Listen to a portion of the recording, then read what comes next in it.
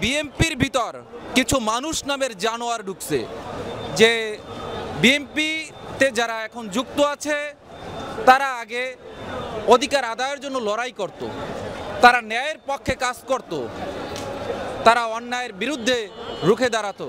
কিন্তু প্রকৃতপক্ষে 5ই আগস্টের পরে আজকে আমরা দেখতে পাচ্ছি যে বিএনপির ভিতর কিছু মানুষ নামের জানোয়ার ঢুকছে, যারা দেশের মানুষকে নির্বিঘ্নে হত্যা করে চলছে।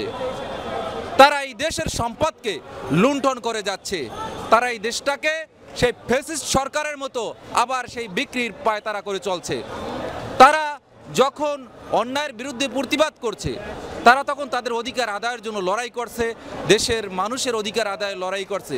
কিন্তু তারা সেই চিরন্তন সত্য কথা ভুলে গিয়ে তারা রাক্ষস হয়ে উঠছে, তারা হিংস্র জানোয়ার হয়ে উঠছে। এদেশের মানুষের অধিকার তারা এদেশের মানুষের অধিকার তারা খরণ করছে। তারা এখন তাদের স্বার্থ দেখে, তারা দেশ ও জাতির স্বার্থ দেখে না, তারা দেখে যে 5ই আগস্টের পরে ফ্যাসিস্ট সরকার উদয় হয়ে গেছে, এখন ক্ষমতার মালিক আমরা। তারা এটা অনুভব করে। তাদের কিছু লোকজন, তাদের কিছু নেতাকর্মীরা, তাদের কিছু দায়িত্বশীলরা তারা এটা অনুভব করে, কিন্তু না, এটা কিন্তু বাস্তবিক না। কারণ আজকে বাংলাদেশের মানুষ, বিশেষ করে বাংলাদেশের তরুণ সমাজ জেগে উঠেছে। বাংলাদেশের ইসলামিক রাজনৈতিক লোকগুলো এখন জেগে উঠেছে। বাংলাদেশের আদর্শিক রাজনৈতিক লোকগুলো এবং এদেশের সচেতন নাগরিকগুলো তারা জেগে উঠেছে। তারা এই দেশকে সেই স্বৈরাচারের হাতে তুলে দিবে না, এজন্য আজকে তারা এখানে একত্রিত হয়েছে। এদেশের তরুণ সমাজ তাদের জীবন দিয়ে হলেও এই দেশের এবং এদেশের মানুষের অধিকার আদায়ের জন্য তারা লড়াই করে যাবে। সিঙ্গাপুর স্বাধীন হলে তারা উন্নতির ছোঁয়া অনেক আগেই পেয়ে গেছে, আমরা পাচ্ছি না। কারণ আমাদের সবাই চায় একটু চাঁদা খাইতে, সবাই চায় যেন আমাদের পকেটটাকে ভরার জন্য।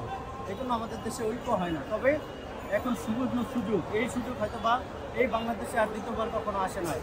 এই সুযোগে সব দল যখন ঐক্যমত হইতে চাইতেছে, তখন বিএনপি বাধা হয়ে দাঁড়াইছে। আপনার পক্ষ থেকে আসলে দেশের মানুষকে কি মেসেজ দিতে চান? আমার পক্ষ থেকে আমি মেসেজ দিতে চাচ্ছি যে অবশ্যই এখন সবাই আগের তুলনায় আপডেট। এখন মোবাইল, আপনারা গণমাধ্যম আছেন, তাদের মাধ্যমে প্রত্যেকটা মোবাইলে ফুল মেসেজ চলে যাচ্ছে, ঠিক আছে? এই ঐক্যমত সৃষ্টিতে আর সবার আগের তুলনায়, যেমন আগে বাবা বিএনপি করলে আমি চিন্তা করতাম আমি তো বাবার সন্তান, আমার বিএনপি করতে হবে, আমাকে ভোট দিতে হবে। কিন্তু এখন জেএনজি থেকে শুরু করে মুরব্বীরাও বোঝে যে আসলে কোথায় ভোট দেওয়া উচিত, আমাদের দেশ অন্য দেশের থেকে তুলনায় আগে নেওয়া উচিত। ইভেন রেডিমেড যোদ্ধা যারা আছে তারাও বুঝতেছে যে না, আমাদের দেশে অবশ্যই আগে নেওয়া দরকার, না হলে এই দেশ সবসময় পিছিয়ে পড়ে যাবে। এই দেশে হাওয়া ভবন হবে, এই দেশে আয়নাঘর হবে, এই দেশে নতুন করে আরও অনেক কিছু হবে। এই দেশ কখনো উন্নতির ছোঁয়া পাবে না। এই জন্য আমি বলতে চাচ্ছি সবার জ্ঞান দিয়ে, বিবেক দিয়ে যেন এই দলগুলো দেশের ভালো চায়, যারা দেশের ভালোর কথা সবসময় বলে, তাদের জন্য, যারা চাঁদাবাজির সাথে যুক্ত নাই, তাদের জন্য মানুষ ভোট দেয়। এই দেশের কথা চিন্তা করে, আমাদের নতুন প্রজন্মের কথা চিন্তা করে যেন আপনার সঠিক জায়গায় সঠিক স্থানের জন্য ভোট দিয়ে নেতৃত্ব নির্বাচন করে।